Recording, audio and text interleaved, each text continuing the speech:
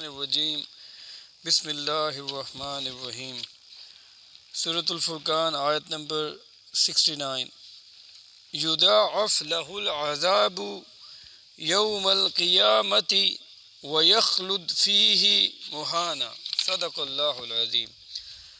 قیامت کے دن اس کا عذاب دگنا کر دیا جائے گا اور اس میں رہے گا ہمیشہ ہمیش ذلیل ہو کر۔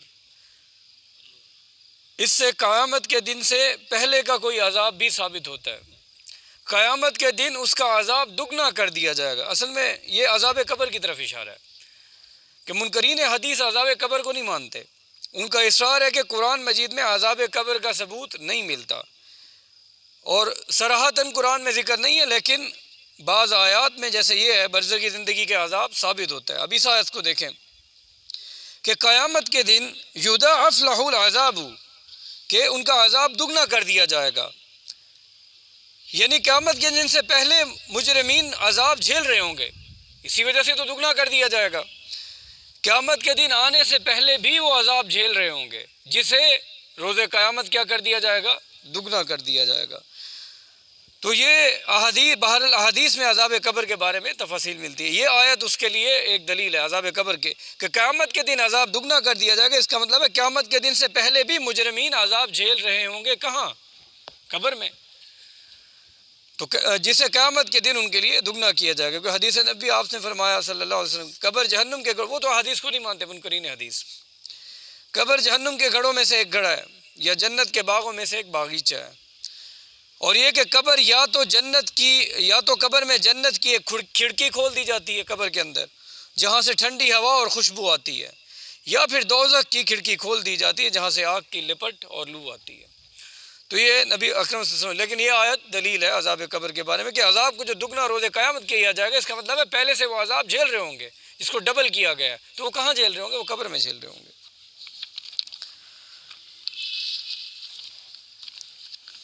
سورۃ العنکبوت آیت نمبر 25 وقال انما اتخذتم من دون اللہ اوثانا مودۃ بینکم فی الحیاۃ الدنیا، اور ابراہیم علیہ السلام نے کہا تم لوگوں نے اللہ کے سوا جو بت بنا رکھے ہیں، یہ تو بس مودۃ بینکم فی الحیاۃ الدنیا، یہ تو بس دنیا کی زندگی میں تمہارے آپس کی محبت کی وجہ سے ہے، تمہارے ذاتی مفادات ہیں، تمہیں حقیقت تمہارے اوپر واضح ہو چکی ہے۔ ابراہیم علیہ السلام نے کہا کہ میرے سمجھانے پر تم سمجھ چکے ہو اس نقطۂ توحید کو، تم پہ حقیقت منکشف ہو چکی ہے، لیکن اس سب کے باوجود تم بتوں سے اس لیے چمٹے ہوئے ہو اور گمراہی کا راستہ چھوڑنے کے لیے اس لیے تیار نہیں ہو، کیونکہ اس کی وجہ تمہارے آپس کے تعلقات ہیں۔ اس بت پرستی کے نظام سے اب تمہارے آپس کے تعلقات ہو گئے، مفادات تمہارے جڑ گئے اس نظام سے، اور تمہاری آپس کی دوستیاں بھی ہیں۔ تو کیسے تم چھوڑو گے اس بت پرست کو اور اس توحید کے راستے پہ آؤ گے؟ کیونکہ وہ تمہارا دوست ہے، تمہارے دنیاوی مفادات ہیں۔ تو اصل میں وجہ تمہارے آپس کے تعلقات ہیں اور دوستی ہیں اور رشتہ داریاں تم نبھا رہے ہو۔ یہ ہے وہ بنیادی فیکٹر جو حق کی قبولیت کی راہ میں رکاوٹ بنتا ہے ہر دور میں، کہ وہ بھی حق کے راستے پہ بت پرست اس لیے نہیں آ رہے تھے کہ آپس کے اب ان کے تعلقات جڑ گئے، تو اس بتوں کے نظام کے نتیجے میں، جس نظام کا وہ حصہ تھے، آپس کی دوستیاں اور رشتہ داریاں بھی تھی ساری۔ تو ظاہر ہے جب ایک چیز اچھی لگی، معقول لگی، تو ذہن میں یہی آتا ہے بھئی یہ کیسے چھوڑوں؟ برادری چھوٹ جائے گی، رشتہ داریاں چھوٹ جائیں گی، دوستیاں چھوٹ جائیں گی، کاروبار کی شراکت داریاں چھوٹ جائیں گی، تو یہ سب ناطے کیسے توڑیں؟ یہ ہے وہ چھوٹی چھوٹی عصبیتیں کہ انسان جن کے بارے میں سوچتا ہے کہ اکیلا زندگی کیسے گزاروں گا۔ تو یہ عصبیت ہر دور میں اپنا رنگ دکھاتی ہے آج بھی، کہ ایک قرآن کا دائی اٹھ کے کسی تحریک کا دائی کھڑا ہو گیا، من انصاری اللہ کی پکار لگائی، اور لوگوں نے دیکھا کہ اس کے اندر سچائی ہے، خلوص ہے، لیکن پھر یہی عصبیت ہے، جماعتی عصبیت، کہ فلاں جماعت تو میرے ماں باپ کی چل رہی تھی، میری پچھلی نسل سے، جب میں کیسے چھوڑوں اس کو؟ پھر میری رشتہ داری ہیں اس جماعت میں، اس کو کیسے چھوڑوں؟ میرے مفادات اس سے جڑے ہوئے ہیں، کاروباری مفادات، دنیاوی مفادات، اگر کوئی رشتے آپس میں کیے ہوئے تو میں کیسے چھوڑوں؟ تو میں تو اکیلا ہو جاؤں گا۔ تو بہرحال جب بھی کوئی ایک تحریک شروع ہوتی ہے، جو دائی کھڑا ہوتا ہے وہ خلوص سے من انصاری اللہ کی پکار لگاتا ہے، تو جو اس کی دعوت پہ آتے ہیں وہ بھی اخلاص کے ساتھ آتے ہیں، ایسی بات نہیں ہے، علی وجہ البصیرہ آتے ہیں۔ اس تحریک کے ساتھ جو لوگ چمٹ جاتے ہیں انیشلی، جب وہ شروع کرتا ہے ایک دائی پکار لگاتا ہے دین کی، تو لیکن وقت گزرنے کے ساتھ ساتھ خواہ جو بھی دین جو بھی دعوت، جو بھی تحریک اخلاص کے ساتھ اٹھی ہو، وقت کے ساتھ ساتھ اس میں زوال آتا ہے کہ کہیں یہ ذاتی مفادات، کہیں تعلقات، کہیں رشتہ داریاں، یہ بیچ میں یہ چھوٹی چھوٹی عصبیتیں یہ جماعتی سطح پہ پھر یہ انسان کو خراب کرتی ہیں، اور ہوتے ہوتے ہوتے وہ ایک جماعت، ایک فرقے کی شکل، ایک حلقے کی شکل، کیونکہ بس وہ پھر ذاتی مفادات اس لوگوں کے، اگر وہ جماعت کا حصہ ہوتے بھی ہیں تو ذاتی مفادات کی وجہ سے ہوتے ہیں۔ تو اب ختم نبوت ہو گئی اور قیامت تک دنیا میں اب کوئی نبی نہیں آئے گا۔ اس خلا کو پر کرنے کے لیے اللہ تعالیٰ نے 3 چیزوں کا اہتمام فرمایا۔ پہلی چیز، قرآن کی حفاظت کی ذمہ داری، اس کا اہتمام اللہ نے فرمایا۔ دوسری چیز، ہر صدی میں ایک مجدد کے اٹھانے کا اہتمام اللہ نے کیا، ہر صدی میں۔ یہ مجدد کیا کرے گا ہر صدی میں؟ جیسے پہلی 11ویں صدی ہجری کے مجدد شیخ سرندی، مجدد الفیسانی ڈاکٹر صاحب فرمایا کرتے۔ دوسری صدی ہجری کے 12ویں صدی ہجری کے مجدد شاہ ولی اللہ دہلوی رحمۃ اللہ علیہ۔ 13ویں صدی ہجری کے مجدد سید احمد بریلی شہید، تحریک شہیدین 1831 شہید بالا کوٹ۔ اور پھر پچھلی صدی میں کافی سارے لوگ ہیں، ڈاکٹر صاحب جنہیں شیخ الہند مولانا محمود الحسن دیوبندی انہیں کہتے تھے کہ مجدد ہیں، اور بھی بہت سے پھر لوگوں نے ان کا ساتھ دیا اس میں۔ تو ہر صدی میں اللہ نے ایک مجدد، اور پہلے 1000 سال کے مجدد وہ عالم عرب سے تھے، اور 11ویں صدی ہجری کے مجدد اس ہندوستان کی سرزمین، اس دھرتی کے ہیں۔ تو ظاہر اللہ اس دھرتی سے کام لے گا، اور احادیث بھی یہ بتاتی ہیں۔ تو ہر صدی میں اللہ نے مجددین کا بندوبست کیا ہے کہ وہ دین کی تعلیمات، حقیقی تعلیمات جنہیں لوگ بھول چکے تھے، وہ دوبارہ انٹروڈیوس کروائیں گے۔ وہ مجدد ہر صدی میں اللہ نے وہ اصل حقائق دوبارہ لوگوں پہ واضح کرے گا۔ لوگ بدعتوں میں، رسومات میں جب کھو چکے ہوں گے، وہ کھڑا ہو کے ان کی ترجیحات، دین کے حقیقی مطالبات، قرآن چاہتا کہ وہ کھڑا ہو کے لوگوں کے سامنے بیان کرے گا کہ اس طرف ہو، کہاں چلے گئے ہو تم لوگ۔ اور پھر اسے علا وجہ الوسیلہ کارکن بھی ملیں گے اس نسل میں سے، جو ایک نسل کھڑی ہوگی، اس نئے مجدد کے ساتھ ایک نسل جو کھڑی ہوگی علا وجہ البصیرہ، وہ نظریات ان کی وابستگی ہوگی، وہ محنت کرنے والے لوگ ہوں گے۔ اور پھر وقت گزرنے کے ساتھ ساتھ پہلی نسل کے بعد جب دوسری نسل آئی، آہستہ آہستہ وہ نظریاتی وابستگی کمزور ہوتی جاتی ہے، اور پھر تیسری نسل آئی، پھر وہ نظریاتی وابستگی کمزور۔ اب اس جماعت سے تعلق، مفادات، یہ ہر جماعت میں ہوتا ہے، یاد رکھیے گا، وہ کمزوریاں آتی جائیں گی۔ پھر یہ شخصی تعلقات، مادی مفادات، اور یہ ساری دنیاوی مفاداتی جماعت میں پھر یہ سب بنتی جاتی ہیں، جس کی وجہ سے وہ جماعت پھر فائنلی ایک حلقے اور فرقے کی صورت اختیار کر لیتی ہے۔ تیسری نسل تک پہنچتے اس جماعت میں خرابی کا پیدا ہونا فطری عمل ہے، اور حدیث سے بھی ثابت ہے کہ نبی اکرم صلی اللہ علیہ وسلم نے فرمایا، اس بارے میں ایک دلیل ہے، آپ کا فرمان ہے، خیر امتی کرنی، میری امت میں سب سے بہتر میرا دور ہے، ثم الذین یلونہم، پھر اس کے بعد کے والوں کا، ثم الذین یلونہم، پھر اس کے بعد والوں کو۔ یہ متفق علیہ حدیث ہے، یعنی کہ خیر کے حوالے سے درجہ بدرجہ 3 نسلوں کا ذکر ہے، یہاں تک کہ آپ کی قائم کردہ جماعت بھی 3 نسلوں کے بعد اس میں زوال آ گیا تھا۔ چنانچہ تیسری نسل یعنی کہ تقریباً 100 سال بنتے ہیں، 30 نسلیں، ایک صدی، اور وہ اللہ نے بندوبست کیا۔ ہر صدی کے بعد اللہ نے ایک مجدد کھڑا کر دیا، حدیث میں ہے کہ اللہ ہر صدی بعد اس امت میں ایک مجدد کھڑا کرے گا۔ تو جو عصر نو اس دین کی بنیادوں کی، اس دین کی اس جد و جہد کا دوبارہ سے آغاز کرے گا، لوگوں کو حقائق کی طرف دوبارہ لے کے آئے گا۔ تو اب جس شخص پہ وہ حقیقت واضح ہو گئی ہے کہ یار اس انسان کے دل میں خلوص ہے، اور دین کی جو بنیادیں فراہم کرے وہ ٹھوس ہیں، تو ایسے شخص کو چاہیے اس دور میں کہ وہ ان عصبیتوں سے نکل کر، مادی مفادات، دنیاوی مفادات، جماعت کی عصبیت سے نکل کر، اگر اسے خیر اس میں نظر آ رہا ہے، اس دائی ہے، اس دین کے دائی میں، تو اس کے ساتھ جڑ جائے۔ تو اس میں سبق یہ ہے۔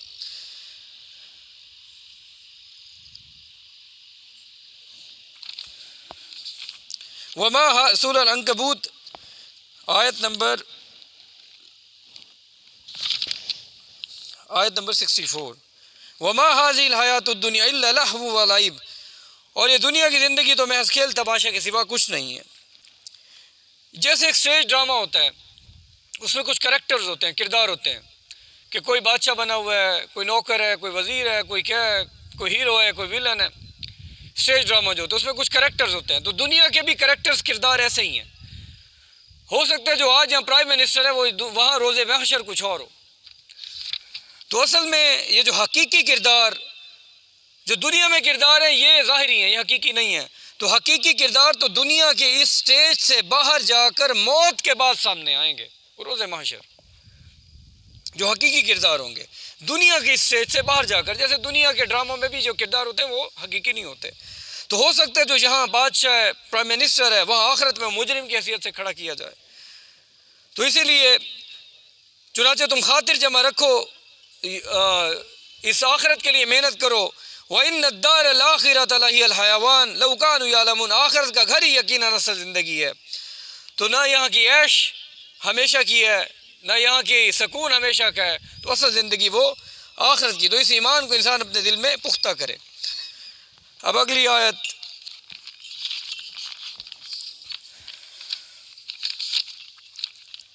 سورۃ العنکبوت کی کہ اللہ تعالیٰ فرماتے ہیں احسب الناس الف لام میم احسب الناس ان یترکوا ان یقولوا آمنا وهم لا یفتنون، کہ کیا لوگوں نے یہ گمان کر رکھا ہے کہ وہ یہ سمجھ رکھا تھا کہ وہ چھوڑ دیے جائیں گے صرف یہ کہنے پر ان یقولوا آمنا کہ ہم ایمان لے آئے، وهم لا یفتنون اور انہیں آزمایا نہ جائے گا. وَلَقَدْ فَتَنَّا الَّذِينَ مِن قَبْلِهِمْ، تو ہم نے ان سے پہلے کے لوگوں بھی آزمایا، ہم نے انہیں بھی آزمایا تھا، ان لوگوں کو بھی جو ان سے پہلے تھے. اب دیکھیں ان آیات سے پہلے ان آیات کا ان کا پس منظر جاننا بڑا ضروری ہے کہ سورۃ العنکبوت کی آیات یہ 590 یہ سورت نازل ہو رہی ہے 590 میں، جب مسلمانوں پہ بدترین ٹارچر ہو رہا ہے. مکہ کی زندگی ہے، کفار ظلم کی پہاڑ توڑے جا رہے ہیں مسلمانوں پر تاکہ کسی طرح سے تحریک ختم ہو جائے. مذاق اڑایا گیا پہلے اور اللہ کے رسول کو شاعر جادوگر، لیکن یہ تحریک اس سے مزید قوت پکڑی.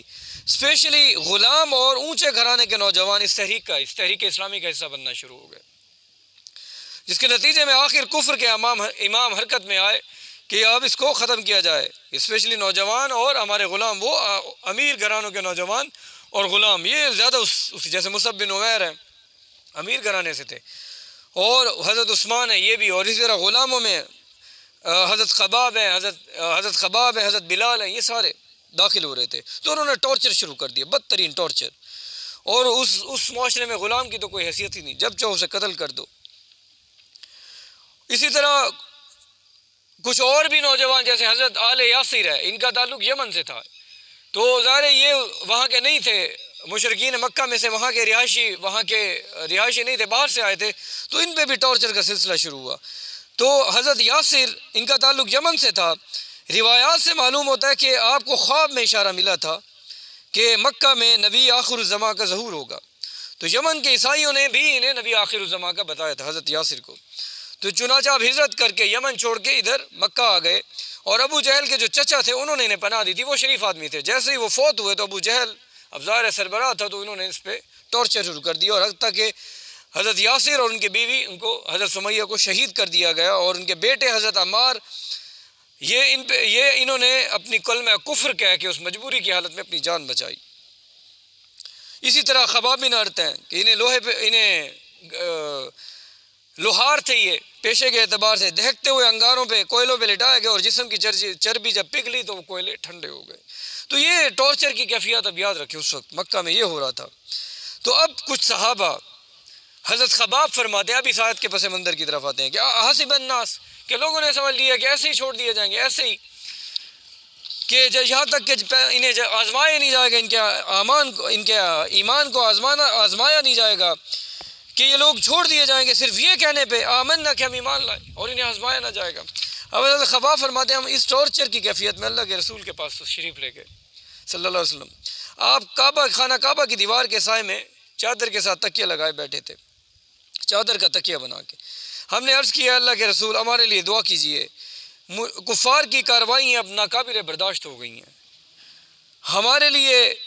تو اللہ کے رسول کو یہ بات بڑی ناگوار گزری، تو آپ اٹھ کے بیٹھ گئے اور فرمایا اللہ کی قسم تم جلدی مچا رہے ہو، ابھی تم پہ وہ حالات تو نہیں آئے جو تم سے پہلے لوگوں پہ آئے تھے. اللہ کے رسول نے فرمایا انہیں آدھا زمین میں دبا کر آروں سے چیر ڈالا گیا، اور زندہ وہ آگ میں جلا دیے گئے. وہ قتل اصحاب الاخدود، جیسے اصحاب الاخدود کو زندہ جلا دیا گیا. تو اور یہی دیکھیں طالبان کو 9/11 کے بعد کنٹینر میں دشت لیلہ وہ سرزمین پہ سریعام مستفتی آگ سورج برسا رہا تھا، اور وہاں وہ جو جنرل دوستم تھا اس نے طالبان کے ساتھ یہی حال کیا، وہ چیختے رہے چلاتے رہے، سارے شہید ہو گئے دشت لیلہ میں۔ اب جب طالبان طاقت میں آ گئے تھے اس صحرا میں، تو یہی طالبان کے ساتھ بھی یہ سختیاں آئی تھیں، ان کے ساتھ یہی کیا گیا دشت لیلہ، اور وہ جو آگ میں جلا دیے گئے انہیں MOB mother of all bums 10,000 کلو بم گرایا گیا ان کے اوپر، اور وہی وہ جب بم نیچے زمین پہ گرتا ہے تو گڑھا بنتا ہے، اور وہ یہ آگ کا گڑھا ہوتا ہے، تو یہ بھی طالبان پہ بھی یہ آگ برسائی گئی ہے۔ تو یہ آسان نہیں ہے اس تحریک میں، وہ تحریک جو اس اللہ کا نظام دھرتی پہ قائم کرنا چاہتی ہے اس کے لیے مصائب آئیں گے، ہر تحریک پہ جو اللہ کا نظام اس دھرتی پہ قائم کرنا چاہتی ہے۔ تو آپ نے فرمایا انہیں زندہ جلایا گیا، اور انہوں نے بھی ایسے حالات میں صبر کیا تھا، ان لوگوں نے بھی۔ اللہ کی قسم وہ وقت ضرور آئے گا جب ایک سوار صنعاء سے لے کر حضر موت تک سفر کرے گا اور اسے اللہ کے سوا کسی کا خوف نہیں ہوگا، اور یہ وقت آیا پھر جب مسلمانوں کو فتح نصیب ہوئی۔ تو ان آیات کا خلاصہ یہ ہے کہ کوئی بھی انقلابی تحریک اپنے کارکنوں کی قربانیوں کے بغیر کامیابی سے ہمکنار نہیں ہو سکتی۔ جب بھی انقلابی تحریک کسی معاشرے میں جڑیں پکڑتی ہے تو وہ جو پرانے نظام جیسے آج سرمایہ دارانہ نظام کے محافظ ہیں تو وہ ظاہر ہے وہ پھر میدان میں اترتے ہیں اور اسے کچلنے کی کوشش کرتے ہیں۔ تو مکہ میں جب آپ صلی اللہ علیہ وسلم کی دعوت کا چرچا ہوا تو کفر کے پاسبانوں نے بھی یہی کام کیا اور مسلمانوں پر یہ ٹارچر، اور اس سیاق و سباق میں پھر یہ آیات اتری، اور یہ رہنما اصول ہر اس انقلابی تحریک کے لیے بتا دیے گئے کہ تمہیں آزمایا جائے گا، تم پہ ٹارچر ہوگا، ظلم ہوگا، تبھی تمہاری تحریک کامیابی کی راہ پہ گامزن ہوگی۔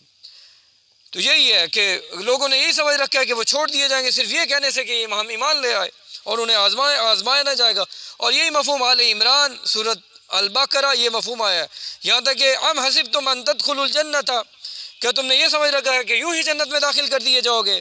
وَلَمَّا يَأْتِكُمْ مَثَلُ الَّذِينَ خَلَوْا مِن قَبْلِكُمْ، حالانکہ ابھی تم پہ وہ حالات وارد نہیں ہیں جو تم سے پہلوں پر ہوئے تھے۔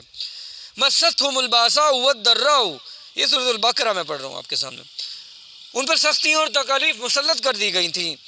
وَذُلْزِلُوا، یہاں تک کہ وہ ہلا مارے گئے، حَتَّى يَقُولَ الرَّسُولُ وَالَّذِينَ آمَنُوا مَعَهُ مَتَىٰ نَصْرُ اللَّهِ، یہاں تک کہ وقت کا رسول اور اہل ایمان ساتھی پکار اٹھے کہ کب آئے گی اللہ کی مدد۔ الا ان نصر اللہ قریب، آگاہ رہو کہ اللہ کی مدد قریب ہے۔ تو یہ اصل میں وہ تیاری کروا جائیے اس انقلابی تحریک کی کہ ہر دور میں یاد رکھنا کہ ٹارچر ہوگا، جو تحریک کامیابی کی راہوں پہ گامزن ہوگی، جڑیں پکڑے گی، اس پہ ٹارچر ہر صورت ہوگا۔ آخری آیت ایک میں سورۃ العنکبوت کی آپ کے سامنے رکھ دوں۔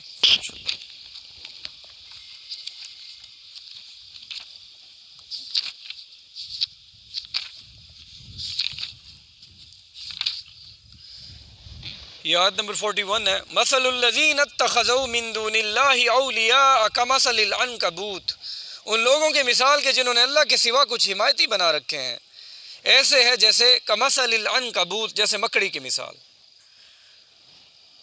اتخذت بیتا، جس نے ایک گھر بنایا، وَإِنَّ أَوْهَنَ الْبُيُوتِ لَبَيْتُ الْعَنْكَبُوتِ، اور بے شک تمام گھروں میں سب سے زیادہ کمزور گھر مکڑی کا ہی گھر ہے۔ لَوْ كَانُوا يَعْلَمُونَ، کاش کہ انہیں معلوم ہوتا۔ ان لوگوں کی مثال کے جنہوں نے اللہ کے سوا کچھ حمایتی بنا رکھے ہیں، جنہوں نے اللہ کے سوا اپنے مددگار بنا رکھے ہیں، جنہوں نے اللہ کے سوا کچھ پشت بنا اپنے بنا رکھے ہیں ہر دور میں۔ تو اللہ کے سوا جو تم نے سہارے بنا رکھے ہیں وہ کون سے سہارے ہو سکتے ہیں؟ وہ سہارے غیر مرئی، وہ دیوتی اور یہ دیوتاؤں کی کرپا جیسے ہندو کہتے ہیں، یا کسی ولی کی نظر کرم، یہ غیر مرئی سہارے ہر دور میں۔ ان کی مثال بیت العنکبوت کی ہے، جو کہ انتہائی کمزور، مکڑی کا جالا، مکڑی کا گھر۔ اسی طرح اللہ کے سوا کسی کو حمایتی اور مددگار بنانا، اس کی مثال بیت العنکبوت، جیسے ظاہری اور مادی قوت اس پہ بھروسہ کر لینا اور مادی وسائل ان پہ بھروسہ کر لینا، ان پہ تکیہ کر لینا کہ مادی وسائل کی بنیاد پر، مادی قوت کی بنیاد پر، ظاہری قوت کی بنیاد پر کسی فرد، قوم یا چیز پر کوئی شخص ایسا بھروسہ کر لے کہ وہ اللہ کے اختیار اور اس کی قدرت کو بھلا بیٹھے، اسی مادی قوت پہ توکل۔ دیکھیں 9/11 میں دنیا کی مادی قوتیں، سائنس اور ٹیکنالوجی کی قوت، ٹیکنالوجی کی کبریائی اس سرزمین پہ آئی، پوری دنیا نے ٹیکنالوجی کی کبریائی اس مادی قوت کے سامنے سجدہ ریز ہو گئی۔ ٹیکنالوجی کو، اتنی بڑی ٹیکنالوجی 9/11 میں کفار افغانستان میں اترے تھے یہ قوت لے کے، لیکن وہی دیکھا 20 سال بعد یہ ٹیکنالوجی کی قوت، یہ سائنس کی خدائی کہ جسے لوگ اللہ کے بھول کے، جس پہ سارے انسان لوگوں نے تکیہ کر لیا تھا اس وقت کہ اب ہم اس کا کوئی مقابلہ نہیں کر سکتا، یہی ٹیکنالوجی کی کبریائی، یہ سائنس کی قوت، سائنس کی کبریائی نہ اس 20 سال کی جنگ کے بعد افغانستان کے ان میدانوں میں ہمیں تباہ ہوتے ہوئے نظر آئی۔ وہ ٹینک پر رول رہے تھے سارے، اور امریکہ بھاگ رہا تھا وہاں سے، بلینز آف ڈالرز کا اسلحہ و مال غنیمت چھوڑ کے وہ چلے گئے، ہزاروں مسلمانوں کے پاس آ گیا سارا، کہ جس ٹیکنالوجی اور سائنس کی قوت کے سامنے دنیا سجدہ رہے، بیت العنکبوت کے سامنے سجدہ ریز ہوئی تھی، وہ 20 سال کے بعد بیت العنکبوت ثابت ہوا کہ جس قوت کے بل پہ وہ اترا تھا اسی قوت کو بھاگ کے آخر وہ یہاں سے نکل گئے، اور وہ میدانوں میں اڑ رہے تھے، ٹینکس، وہ ہیلی کاپٹر جن سے وہ جھولے لے رہے تھے، وہ قوت جس کی خدائی کے سامنے دنیا سجدہ ریز ہوئی تھی، اس کے سامنے وہ جھولے، اس کے ہیلی کاپٹرز کے پروں کے ساتھ وہ جھولے لے رہے، کہ ثابت ہوا کہ یہ خدا کو چھوڑ کر ہر قوت، ہر وہ سہارا جسے لوگ خدا کو بھول کر اڈاپٹ کر لیں گے، جس پہ توکل کر لیں گے، وہ بیت العنکبوت ہے۔ تو اس آیت میں ایسے تمام سہاروں کو مکڑی کے جالے سے تشبیہ دے کر یہ حقیقت یاد دلائی گئی ہے کہ اصل اختیار، قدرت اور طاقت کا مالک اللہ ہے، اس کے سہارے اور اس کے توکل کو چھوڑ کر کسی اور کا سہارا ڈھونڈنا، جیسے آج ہم امریکہ کے 71 کی جنگ میں ہم اسی طرح امریکہ کے سہارے میں کہ بحری بیڑا آ رہا ہے، وہ آج تک نہیں آیا اور ملک تقسیم ہو گیا ہمارا، کہ بیت العنکبوت اس سہارے اس کو اپنا پشت پناہ بنا لیا تھا کہ وہ اس کا بحری بیڑا آئے گا 71 کی جنگ میں پاکستان کی مدد کرے گا، ملک ٹوٹ گیا، وہ بحری بیڑا آج تک نہیں آیا۔ تو یہ سارے بیت العنکبوت ہے۔ آج ہم امریکہ کو اپنا پشت پناہ، اپنا حمایتی سمجھی بیٹھتے ہیں، اس کی طاقت، اس کے وسائل دے کے، تو یہ بھی بیت العنکبوت ہے۔ تو اللہ کے سہارے، اس کے توکل کو چھوڑ کر کسی اور کے سہارے کو ڈھونڈنا گویا مکڑی کے گھر میں پناہ لینے کے مترادف ہے۔ وآخر دعوانا الحمدللہ رب العالمین۔